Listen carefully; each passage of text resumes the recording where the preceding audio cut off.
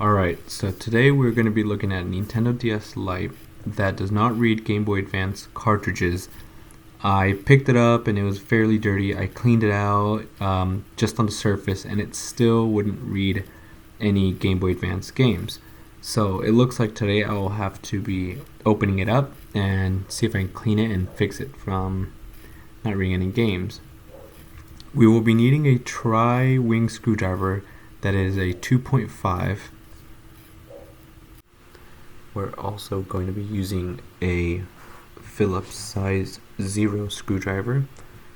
There is quite a few screws we have to remove from the back of the Nintendo DS Lite, and just so you know, some of the screws are hidden behind the little rubber gummies that prevent the back of the DS from being scratched. So you will have to pry those off with maybe something sharp like an X-Acto knife or a set of point-ended tweezers. Once you have that all off, you can start taking off screws one by one. Just remember that when you are handling the battery, be very careful not to drop, puncture, or get it wet. Alright, so right here you can see I am using the tweezers like I told you to uncover some more screws before I continue to take the back shell off. Once you have that off, you can start looking at the back for any damage, any loose solder joints, missing pieces, water damage, some type of corrosion.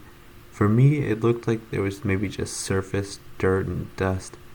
I was able to clean that off, and I didn't really find any issues with it, so I just assumed maybe a good cleaning would work.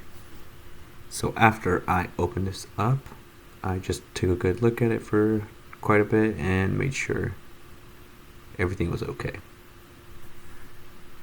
When you do pull the battery out of the console, it will restart the settings, at least it did for me. So once I put the battery back in just for temporary reasons to check the Game Boy Advance to see if it would work, I noticed that I had to restart settings like set up a birthday, set up other detailed settings.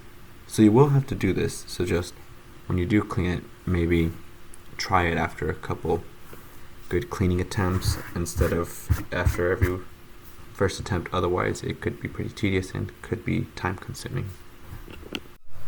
I have some small toothbrush heads that I keep for cleaning electronics. They're very useful, they're very small, they kind of get around good spots, so it doesn't hurt to just go around and clean the whole PCB board if you need to, but I usually like to try to clean the afflicted parts or the parts where I'm troubleshooting. I am showing you that it finally works and the games will now be read, and it's loading, so it's pretty much fixed.